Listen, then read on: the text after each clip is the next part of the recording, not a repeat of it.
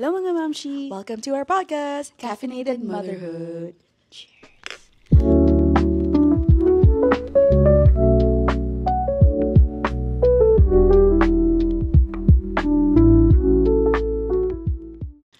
Okay, episode 2. Episode 2. Ang unang pag-uusapan namin is birth. Siyempre, kailangan nyo malaman a little background kung paano ba kaming naging nanay. So, birth experience, kumbaga, reality versus, Buntis na to. expectation. Buntis na kami, expectation versus reality. May birth plan ka ba? Ganyan-ganyan. Okay. Do you wanna go first or me? Ikaw na muna. Kasi, gusto mo ba ako muna? Kasi Para ikaw muna, makapag-isip sige. ka. Kasi mas matagal yun sa'yo. Ako may birth plan ako. Talaga. Kasi very holistic approach yung pregnancy ko eh. Kumbaga, more on gusto ko alam ko na gusto ko natural. Pero very, very siya, parang, ano ba yung tawag doon? Tama, holistic ba? Hindi. Very May tawag kasi siya parang yung meditation lang, kunyari meditation lang yung gagamitin mong... Tao ba yan? Basta gusto ko meditation. Kunyari yung paghinga ko. Wait, I forgot what it's called. Ito yung pag-mother, wala na yung cells mo eh. Holistic approach yun eh. Ano Hindi yan siya eh, holistic Oh my God. I know what you're talking about. Yung parang, breathe in. Breathe in, breathe Breathe out. Ganon yung ko. Yung parang, Ganon ako nag-prep ha. TJ. Ganon ako nag-prep ng pregnancy ko. What is it called mo na? Hindi ko alam. Teka guys, hanapin ko. Ano nga yun, Besh? Alam ko yung sinasabi mo. Pregnancy Breathe in, breathe out. Lagay mo sa Google. holistic approach. Hindi naman ganun. Hindi, teka. Parang holistic nga. Hindi, Pero may hindi isang word holistic. may isang word akong hinahanap, hindi yun. It's It's the final countdown. Pag naisip ko ulit, guys. alam ko yun, yung parang you have to think of the yung sa Spotify na gano'n. You are strong. Yo, you are strong. You are amazing. You are meant to do. Basta, mental. puro ganun ang ako ha. Puro ganun ang hindi makamove on tong isa. Anyways, basta ako, ang sa akin, ang birth plan ko talaga, kasi midwife ako eh. Midwife ang nakuha ko. Which is, I think I recommend midwife if may access kayo. Kasi if overthinker kayo, kagaya ko. Kasi during like pregnancy visits and stuff, very helpful siya na 45 minutes yung yung appointments. Tapos, lagi nilang chinecheck yung tiyan mo, kung nasan si baby. Yung mga ganun, kumbaga yung mga magpapalagay sa'yo na, oh my God, ano bang ganito, anong ganyan. Kasi sa OB visits ako from first trimester to half of second trimester yata. Tapos lagi lang, parang ang bilis. Mas matagal pa yung Mas matagal pa yung wait yeah. sa OB kaysa sa mismong mo. 10 minutes ka nag-wait, tapos 5 minutes, 30 minutes ka nag-wait, Oh. 10 minutes lang yung appointment. Tapos sasabihin sa'yo, any question? Syempre, as a first time mom, ikaw parang tuliro ka na parang wala. Ano ba dapat question? Unless magre-research ka na, what should I ask on my second trimester visit? Ganyan. Kung hindi, wala. Any question, sasabihin mo, no. Tapos, alis ka na kaagad. Anyways, midwife ako. So, very, sila kasi, very yung, dapat, kung may birth plan ka, sige, sabi mo sa amin, susundin namin, ganyan. So, ang akin nun, sabi ko, ayoko nung epidural, ayoko ng any medicines, sabi ko pa nun sa birth plan ko, kapag dating ko sa ospital, tapos less than 6 cm ako, pauwiin niyo ako. Kasi gusto ko mag-labor sa bahay as long as possible. Sabi mo nga yun sa akin, Diba? Tapos, sabi ko, ayoko nung ikakat ako, episiotomy, say no to that. Tapos, gusto ko maging patient sila paglabas ng placenta ko. Kasi, syempre, it's meant to do that, diba? Hindi mo kailangang i-force. Basta sabi ko sa birth plan ko is, I wanna approach this birth with patience. Sabi ko doon. Kasi sa midwife naman is, sa midwifery, tanggap nila na ganun talaga. Very natural sila all the way throughout ng birth mo from first contraction hanggang malabas si baby. So, puro ganun ako. Tapos, ano pa ba nilagay ko doon? Nilagay mo pa doon? Sabi ko, walang maingay. Ay, gusto mga, sabi, dala ka pa speaker nun, diba? May speaker ako sa environment nakalagay. Gusto ko walang maingay. Tapos, ano pa nga ba sinabi? Walang ibang tao. Walang ibang nurses na papasok. Parang ganon. No student. No students. Oh my God. Ano pa ba?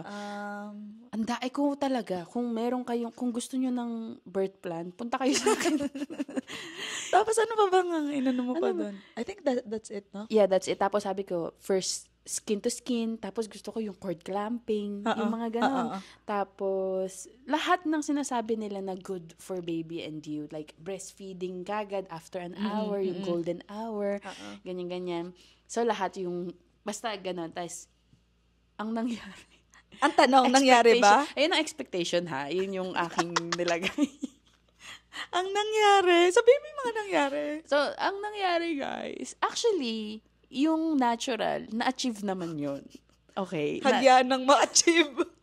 Muntikan ng hindi. Kasi, sinabi ko pala sa birth plan ko, if, I don't want any medication unless I ask for a medication, ganyan. Yeah. Tapos, before sabi ko kay Tej, siguro mga pag 8 cm, 10 cm na ako. I'm gonna ask you for epidural. You're gonna have to say no to me. Kasi, yun yung phase na nag-ask talaga yung moms ng epidural na nagplan ng natural kasi nga sobrang sakit na at that point. Like, para ka na talaga mamamatay. Hindi na namin sugarcoat yung sakit. Kasi para ka talagang pinapatay na binabali lahat ng mo. Yung likod mo. Likod mo. Ewan ko, hindi mo na maintindihan. Sabi ko sa kanya, yun yung phase na mag-ask usual yung moms who plan to go natural for epidural kasi ang sakit. Sabi mo lang sa akin, no, you're strong. Ginanon ko talaga siya, sabi ko. You're strong, you're meant to do this, ganyan-ganyan. So, nung nag-ask na ako, tapos, ano nangyari? ganun yung sinasabi niya sa akin. You're strong. Ano, buwisit ka ba? Nakakabuwisit. Like, it's the last thing na gusto mo marinig. Parang, gusto mo yung partner mo is like, oh, sige, epidural. Gusto mo epidural. Sige, pero, epidural. yun ang sinasabi. Pero ang sinasabi sa'yo, you're strong. You're meant to do this. Hindi ako strong. I'm not strong. Although, alam ko na, ako yung nagsabi sa kanya, di ba, na gano'n ng pero wala na sa isip mo yun. Wala na. Talagang lumipad lahat ng birth plan ko, ha. Dumating ako doon, 4 centimeter na ako. So, hindi na ako pinauwi. Yeah. Kinip na ako doon. Which is like, thankful nasabi na sa birth plan mo, pauwiin ng 6. Hindi, kasi sabi ko, if I'm not 4 to 6, pauwiin ako. So 4 na ako. So, yun, na-check yun. And then, ano pang mga hindi na-check? Sabi ko, gusto ko kumikilos-kilos ako lagi. Ayun ang hindi ko na-check kasi pre-eclampsia ako nun. So, kailangan lagyan ng monitor. Nakahook ako sa monitor. And you've been, naka-lay down ka? Naka-lay down ako for the last 4 hours ng active labor ko. Naka-lay down ako. Which feeling ko nagpabagal talaga ng labor ko. Kasi ang sakit sobra. Para talaga ako nag-exercise na. Alright. Tapos si TJ lang ang kasama ko. Ayoko. Ang sakit. So, yung gagalaw, hindi ko masyadong na-achieve yun. Yung mga tao sa loob. Kasi yung mga tao sa loob, achieve.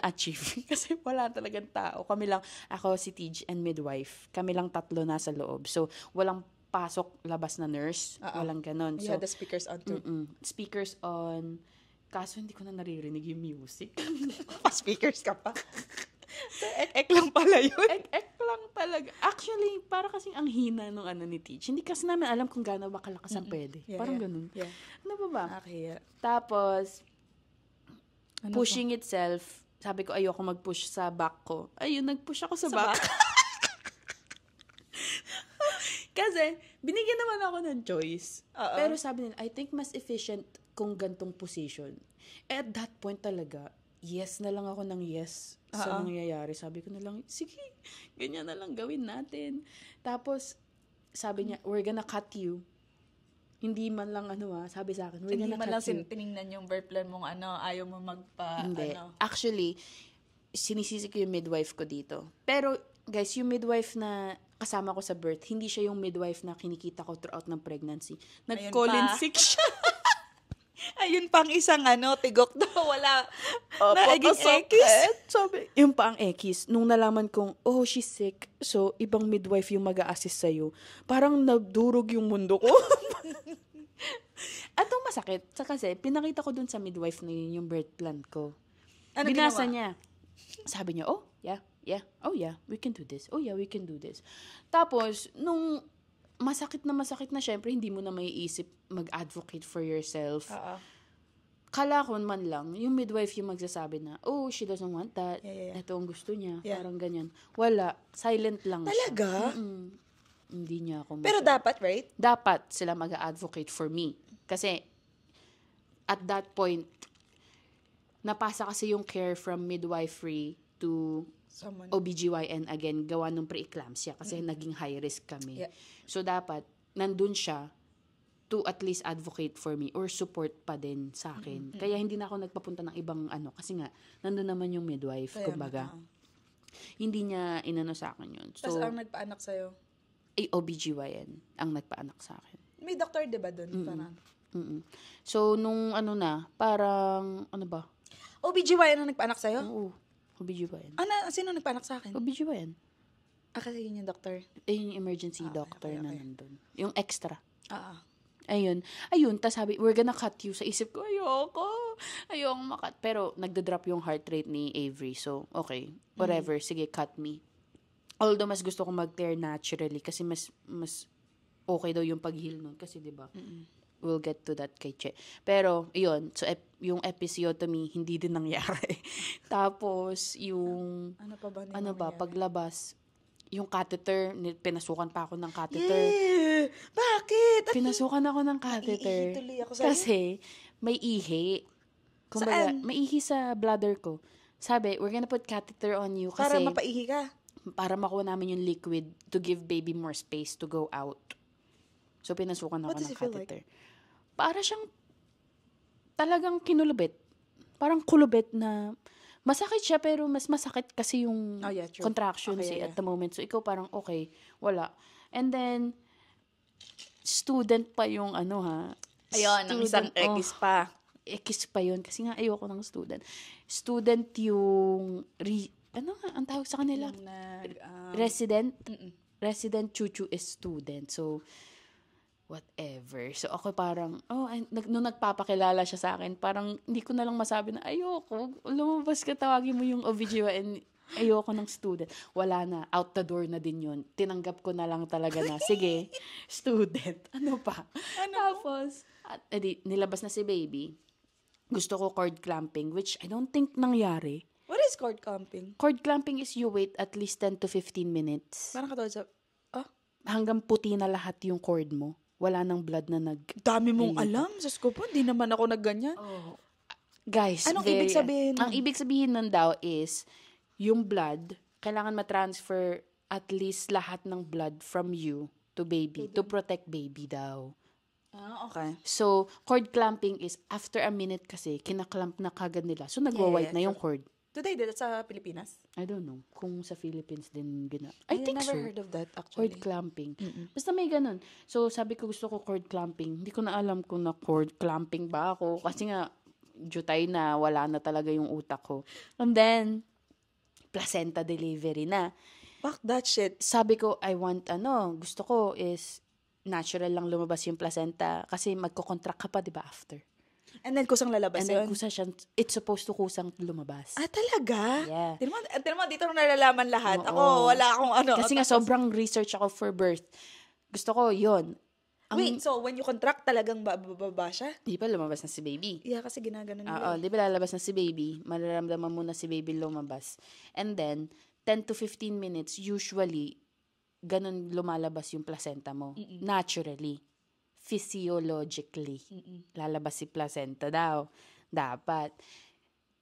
Nagmamadali sila sa ospital. Anong ginawa sa'yo? Di nag-skin to skin kami ni baby. Naramdaman ko na lang may nagtatag na ng placenta ko. Sabi ko, oh my God. Wala na talaga akong energy magsabi na, I don't want, wag niyong, ayaan yung lumabas. Ayun. Isang X pa rin. X na naman. Natag na naman yung aking placenta. Paglabas, parang, kumbaga, like, punong-puno ako ng disappointment that night. Pero, it is what it is eh. Talagang, kailangan open ka. May plan ako, pero kailangan talagang open ka to embrace kung ano bang mangyayari sa birth. na mag-aano na sure na safe kayo ni baby and you. Ang sa akin lang, pumapasok lang sa isip ko is it really necessary na ganito? Is it really necessary na ganyan? Kung safe naman kami ni baby, ganyan. Kasi madami silang procedures na ginagawa lang for the sake of time kasi nga they need you in and out sa hospital. Kasi nga ang daing nanganganak doon sa bagong hospital na pinuntahan natin. So, birth plan versus reality is mostly hindi nasunod yung sa akin. Pero wala naman akong regrets na at least sa next pregnancy ko is Alam mo na. alam ko na. Parang alam ko na kung ano ba talagang realistic. Ganun. Anyways, that is my birth versus reality. Plan versus reality. Birth plan versus reality. Ikaw. Ako naman. So, it's my turn. Birth plan versus reality. Wala akong birth plan. Wala akong birth plan. So, ako ganito yung, anong tawag doon? Personality. Difference and personality namin ni AJ.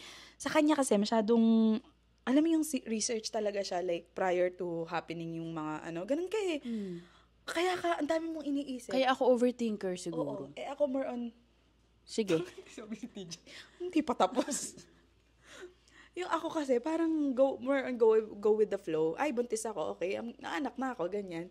So, nung birth plan, nakikita ko yun sa TikTok kasi uso ko na ng mga TikTok. Alam mo, actually, Besh, nakikita ko yung birth plan na yan. Sabi ko, ano ba mga birth plan na to? Tingnan ko lahat. Nakakatamad mag-search. Ano bang gagawin? Although, may isa akong birth plan na parang, isa lang na gusto ko na parang, maybe, consider ko. Yung, alam mo yung pag-aanak si baby, tapos lalagyan ng lube or something, yung pampadulas. Oo. Para lumabas. I think yun yung parang, sabi ko, pwede ba to? Ka. So, I asked Cheska, which is yung sister nung in-law ko. Tapos, parang minsan daw, hindi nila pinapayagan or something. I don't know, hindi ko alam kung may ganun or sa US lang yun. Yeah. Anyways, so, yung birth story ko is like, nag-contract ako and then like, wala akong birth plan at all. Si contraction talagang, inaccept ko na lang na, ganito pala, okay lang pala, nakakatok ka pa, ganyan. Tapos biglang, gusto ko rin siya na unmedicated. Like, yung pag-anak ko, wala akong tinake na kahit as in, kahit ino-offeran nila ako ng mga morphine. Like, may iba pa eh. Fentanyl. Yung fentanyl yata yung una nila. So, fast forward, medyo nahihirapan ako mag-push. Or like, parang nahihirapan ako sa contraction. Tapos parang sabi nila, gusto mo bang mag-take ng na laughing gas? Oo, mga ganyan. Sabi ko, no, it's okay. And then I kept like asking them, am I doing it right? Kasi sa sobrang gusto ko nang matapos. And like parang kaya ko naman, kaso pagod na ako. Ganyan. So like, sabi ko, paulit-ulit ako sa nurse. Ganyan, sabi ko, sasabihin mo sa akin kung anong tama kong dapat gawin para lang mapabilis to. And then, kasi ang tagal mo nag-push no? Nag-push ako ng 2 hours. 2 hours, yeah.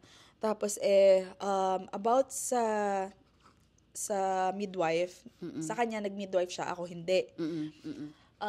Gusto ko sa kanya, kasi nung nag-midwife siya, as in, nakakapag-ask siya ng mga questions sa mga gusto niya, ganyan. Ako, di ba, sa sa OBGYN, ganun lang talaga. Like, parang, super bilis talaga, di ba, appointment lang. Ganyan. Sabi ko, parang mas gusto ko yung midwife the next time na parang gusto ko rin siyang i-explore. Although, may dami ng weight ng gano'n. No, pero I think kasi pag midwife kasi is more on support sa'yo during pregnancy. Yeah, emotionally support sila during pregnancy. Ayan. Okay, regarding that, ang naging midwife ko ay ang in-law ko, si Cheska. Yan. So, yun. Dula. Oo, ang aking dula. Actually, iba pa ang midwife at dula. I didn't know that. Kasi akala ko ang midwife ay parang dula na din. Yung pala, ang dula is like yung, nag-support sa'yo sa likod, mga ganyan-ganyan. So, I had my husband, tapos ang in-law ko din sa panganganak ko. Cheska. Si Cheska. And then, nothing really to talk about, like, the reality and, sa kanya kasi birth plan versus reality, mas broad yung subject niyan sa'yo kasi, mas marami kang mapag-usapan about doon. Kasi wala naman ako. I guess, kung wala kang birth plan, ano yung expectation mo sa birth? Na feeling mo, ganito ba dapat? And then, ano yung parang nangyari versus, ano talaga nangyari? Meron bang parang, dapat ganito mangyayari, tapos biglang, okay, ito. I think one realization would be, akala ko magiging madali Like, alam mo yung madaling mabilis. Yeah. Hindi pala madali, mabilis. Di ba nag-workout ako before, ganyan. Ay, eto pa. So, super active talaga ni Ate Je Nag-work- throughout the pregnancy. Throughout the pregnancy. Actually, it helped. Nag-help siya first kasi parang ang dami kong energy hanggang maging, I think, Pushing 6 centimeter kayang-kaya ko lahat. Like, hindi ka napapag... Yung hingal na ganyan. Yung pagbaba ng baby, medyo... I don't know kung naging effective yung ganun. Pero alam mo, to conclude, naiyak si Avery. Dahil lang, I think it depends sa baby. Sa baby tuloy, sa katawan ng tao. Yeah. Yeah. Ang naging learnings ko about that is like parang hindi dahil sa nagwo-workout ka o hindi ka nagwo-workout. May difference sa... May difference sa iba't ibang katawan ng tao yung panganganak. May iba tayong kilala na ang bilis manganak. Tapos hindi naman to nag-workout. Bakit ang bilis manganak? May ibang nag-workout tas nagumana sa kanila. Like, parang it depends talaga sa situation.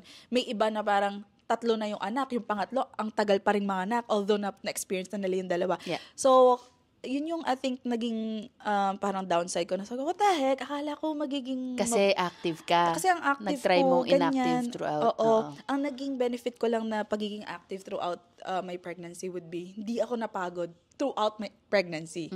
Kasi ako nung parang... Pagod na pagod sa pahuli, diba? As in to the point na parang naglo-laundry ako, mapapabump ko na lang yung bump ko sa washing machine kasi nakalimutan ko may bump ako. Hindi ko ramdam yung bigat nung bump ko, ganyan-ganyan. Yun lang yung maganda dun sa exercise din. At saka, I think after the delivery, hindi ako masyadong parang lantutay. After the delivery, na-feel ko lang yung lantutay ako nung unang tayo. Yeah. Oh my God, the first tayo. Grabe. Alam mo, sa ospital, di pupunta ako. Magpapalit ako. Kasi, gross out talaga ako dun sa kasi mag-wear ka ng malaking panty or diaper ba yan, ganyan. Tapos may tahi ka pa dito, ganyan. So parang una mo, as in yung lakad mo, para kang lola. Besh, alam mo yung parang mas mabigat pa yung bump Yung after kaysa dun sa actual bump mo. Ganun yung feeling, guys. Like parang dinadrag yung buong katawan mo down. And I was like, oh my gosh. And then sabi nila, dahan-dahan lang daw akong maglakad, ganyan-ganyan. So, okay, dahan-dahan, ganyan-ganyan. And then, ito pa guys, ang pinaka nakakatawa sa lahat. Hindi ko alam na 3rd degree tear pala ako. Explain mo yung 3rd degree. Ganto. So may mga namagbisita, ganyan sa Tapos yung si Cheska, my in-law, is like a nurse. Tapos naging, na rin siya dun sa postpartum department. Tapos sabi niya, Ate Che, bakit ang mong gumalaw? Like, hindi ka dahan-dahan, ganyan. Kasi ganito ko ng ganyan eh. Ganito ko ng ganyan, no? Tapos sabi ko, bakit? Ganyan-ganyan. Tapos didn't you know na 3rd degree kang tear? I was like, ano ba yung 3rd degree? Sabi ko, gano'n, sinerge ka. Besh! Para siyang butas, malapit na magdikit yung butas ng Puwet. pem-pem ko at saka yung puwet. Ganon kasi 4 degree, magko-connect na sila eh. Pag 3rd, malapit na. So I was like, oh my gosh. Sabi ko sa isip ko, so that is why all the nurses were asking me kung gusto ko daw ng, do you want any medicine? Ganyan. Sabi ko, no, ice pack lang. So guys, until the end of ng aking after giving birth, hindi talaga din ako Tylenol, I think once lang, Tylenol at saka may isa Advil yata. Hindi ko alam kung binigay nila after kong manganak, binigyan ako nun. After that, di na ako naghingi. Puro ice pack. Kasi parang sa isip ko, hindi ko naman nararamdaman. Okay naman ako sa sakit. Tapos dun ko na-realize na, ang galing ko palang magtiis ng sakit. Yeah. Kasi to compare, ako kasi, episiotomy ako, diba? So, kinata ko eh. Sobrang daig kong drugs. Ang ina, no? Alam mo ba, naka-rotation, ang binigay nila sa akin, Naproxen and Tylenol. Dalawa. Ganon? No, dalawa, tinatake mo siya. Nung una, tinatake ko siya, diba? Nung nakauwi na ako sa bahay, sabi ko, parang okay naman ako na walang drugs. Tapos, pag-uupo ako, ang sakit. Ang sakit talaga. Talaga. Talaga ako, around the clock akong nagtitake ng Advil, Tylenol. Maximum dose for both, every 8 hours. Ganun ako ng ganun. Kasi kung hindi, Sobra akong... Wala ako nasa isip yun. So, ako si ice pack naman. Hingi ako ng ice pack. Yung tunaw na naman, hinga na naman. Ako hindi. Talagang drugs ako. Tapos, ito pa yung experience ko sa afterbirth then is like, we had to stay sa hospital ng 5 days, 6 days, parang ganon. So, kasi yung baby ko, meron siyang, di ba normal naman sa mga Asian na, jaundice. Meron. Grabe, ang hirap mag-alaga ng merong light sa likod. Talagang na ano kami, na challenge kami ng sobra doon ni France. Tapos parang kami nagbakasyon sa ospital. 5 days kami doon na parang yung mustache difference parang tumubo na sobrang, ano mo yung yun lang nakakasad doon, excited ka nang umuwi. Tapos biglang kailangan mo magstay sa ospital ng ganong kadaing days. And I was like, oh my, gulay, kailan pa kami uwi. And then nakakaawa din kasi looking at your baby na parang pinupoke sila every morning. Kasi kailangan nilang sa blood, no? Oo, bes. Di ba ang daming dugo sa baba? Oh my gosh, ako, hala, nakakaawa. Tapos yun, I think like after namin makauwi ng 5 days yata nun, syempre excited, ganyan. So doon ako nag-figure out kung paano ang routine namin dito sa bahay. And that's where yung nangyari yung sa pumping, ganyan. Oh wait, hindi mo muna natin pag-uusapan yan. Oo. Tapos, ayun, I think ano pa bang ano? Alam mo, kasi, di ba ikaw parang, oh my God, hindi ako makauwi. 5 days na kami dito. Jaundice din kasi si Avery. Pero hindi siya level na kailangan siyang blue light, yung kay Baby C. Konti lang. Parang konti lang. Tapos yung midwife ko parang sabi, she's fine, ganito, ganyan, okay na yan, uwi na kayo, ganyan. Siya, parang, oh my God, kailan kami uuwi? Ako nung pauwi na kami, parang sabi ko, ay, uuwi na. Ay, anong gagawin ko? Pag ako na lang, parang ganun, parang pwede mo one more day pa. Parang kasi ang sarap kasi na may nurse, mag-check ng vitals mo, vitals niya. Pag umuwi na kami, nga ka na, di ba? Hindi mo na alam. Paano kung biglang may mangyari kay Avery na kailangan ng alam mo yun, like yung parang comfort na laging may dumadalaw sa'yo every 3 hours.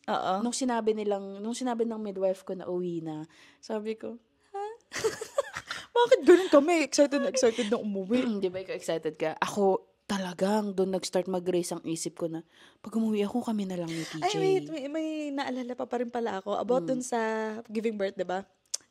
Going back to that, ito pang nakakabisit sa lahat na parang sabi ko, holy crap, di tapos na lahat. Okay, tapos na ako mga anak, skin to skin, ganyan. Pochang may spotlight dun sa pupengkeng ko doon, no? Laking-laki ng spotlight. Kulay yellow. Nakaganon. Kasi tinatahi. Sabi ka, putsang ilang heads yung nakikita ko dito, 3, nakatingin sa pupengkeng ko, nakaganyan ako, tapos ako po, ang sakit. Ganon ako kay Zizi. Sabi ko, ang sakit, pero ganon. Yun yung pinakamasakit sa lahat. I was gonna say, yung tahe, yung pag tinatahinan nila, yun ang pinakamasakit for me, ha? Ang second ng pinakamasakit, kung first yon, ang second sa akin, yung inaalis yung placenta. Ako kasi din. Ginaganon nila, as in, ganun kasi ginagawa na, labas, ganyan. Ay, ginanon nila sa'yo? Ginanon niya isang malaking, sakit talaga ginanon. Tapos like, oh my God, ano ginanon? Ay, sa akin, ginanon. Sabi ko, holy crap. Tapos after nun, yung tahina, nararamdaman ko yung karayom na. Yung karayom. Doon ako nanghingi pala ako ng fentanyl noon. Kasi, kada tahi, ganun ako ng ganun. Sabi ko, Besha, nakaganon ko. Talagang, gumaganon ka. Sabi nung doktor, yung resident, sabi niya, do you want fentanyl? It's gonna make this process a little bit, ano ba yun? Is fentanyl, you have to, Nilalagay sa IV. Kasi may IV na, kasi ready na nga ako mag-epidural nun. Kaya nilagyan nila ako ng IV. Pero hindi na, nilagyan na ako ng fentanyl. Parang nadadrowsy ka lang. I think nakaganon ako kasi, hello, morning. Nakaganon ako kasi nawalan yata ako ng liquid. Kasi marami kang Oo, pero, yun guys, ang pinakamasakit is like yung pagtahi. And, parang, wala na. Nakuha na lang mo ang dignidad ko. Oo, wala. After mamanganak, parang wala ka nang hiya. Marami gusto nang mo makita Pepe ko. Sige. Ito na. Buka ka? Ito, sige. Tapos di ba pag yung sa breastfeed, sabihin ng mga, is it okay if I touch your breast? Ganyan. Sige, i-touch mo na. i-touch. Kasi hand express nila, tutulungan ka nila mag-hand express, ganyan. Oh yeah, I remember nung Diba? yung pinasak sa akin si Zizi noong time na yon. Sabi ko, hindi, parang ang feeling ko noon, parang weird, ngayon nakukuha ba to? Parang Yeah. sabi kong ganon. Sabi nung nurse sa akin, as long as you can hear na, parang ganon daw. Pwede. Sabi ko, okay. Although, talaga nung una talaga yung experience ko with breastfeeding, sabi ko, hindi ko trust yung sarili ko noon. Doon lang talaga siguro ako nag-overthink na parang, shit, I don't know if I have milk for you. Like, parang, may nakukuha ka ba? Kasi parang feeling ko walang lumalabas. Kasi parang new ko pa lang sa breastfeeding. So, parang, doon ako masyadong nag-overthink, which is the next episode kasi kaya sa breastfeeding. Yeah, breastfeeding is a whole other monster. Episode. Na kailangan mong pagdaanan actually. Pero yeah, we'll talk about that more sa next episode. Yeah, Okay, diba? yeah. Anyways, Yes. guys. Nasagot ko ba yung yung Oo. birth versus expectation? Kasi wala ka namang birth plan. Yeah, I think nasagot na namin or like napag-usapan namin yung I think advice mo na lang if expectant mom, should they have birth plan or hindi? Okay, last topic for that. I think, Very quickly. I think hindi ko pa ito nasasabi kay Jay. Kasi sa una kitang na diba? Na una ako nanganak, right? I think so. Yeah. I had to confirm. My head is like, ang Kasi dami si kong baby, nasisip. 1 year na siya next month. Ang inang brain to. Di ba una ka nanganak? So, sabi ko, itong si AJ, sabi sa akin, may birth plan. Alam mo bang nasa isip ko nun? Sabi ko, kasi, respecting you, I would not tell you na parang, are you sure you're gonna have birth plan? Kasi gusto kong, ikaw na lang ang Mag-figure out. Oo. Ayoko naman hindi kasi ako yung taong mangingialam sa buhay ng kung ano yun yung gusto mo. Edi yun ang anuhin mo sa sarili mo. So, parang sa isip ko, birth plan, although, tama rin naman magkaroon ka ng birth plan, ayoko namang i-take away yun sa'yo. Although, parang ang nasa isip ko lang nung time na sinabi mo yun sa akin, as a experience ko na yun ako yung una ng anak, parang sa isip ko, 50-50 na parang I don't think na hindi masusunod to. Pero, at the same time, kasi pregnant ka, ayoko naman ma-feel sad ka, ganyan. Ayoko rin naman parang, besh, ba't ka ba mag-birth Sirain plan? yung Sirain trip ko. yung dream mo na parang ito, ganyan. At least may nilook forward ka. Yeah. At open ka sa disappointment. At minake sure ko na ganun yung state mo. Ang atake niya is Oo. very... Yung parang mutual lang ako sa okay, besh, sige, mag-birth plan ka, ganyan. Pero, alam mo, nung time na yun talaga, sabi ko, I don't think it's gonna work. Sabi ko, kasi patuloy ko sinasabi sa'yo na parang in other, like, Words. hindi yung parang attacking Negative sungit siya or ka, negative. oo. In a positive way na, besh, basta open ka lang na in any situation, hindi masusunod yung birth plan mo. Yun. Kaya parang, if you guys want a birth plan, sure, hindi Hindi ka against Hindi it. ako against it. Kasi parang, I think, it's one of the reason why too na bakit naging strong yung paniniwala mo na, kaya mo to. Kaya mong mag-deliver ng baby. Kasi may birth plan ka eh. Pero, I think, on the other side din, open ka dapat sa disappointment na parang hindi masusunod yung birth plan mo. Yeah. Yeah. I think, yun yung sagot ko about birth plan. No, it's kasi true, diba? parang, it's true naman. Kasi parang, nung nagre-research ako, ganun naman lahat ng sinasabi sa research. Pag mag-research man kayo, kailangan open ka pa din na it's not gonna go that way. Kaya, nung sinusulat ko yung birth plan ko, parang ito yung gusto ko. Kumbaga, parang, kasi pregnancy is so much unknown eh.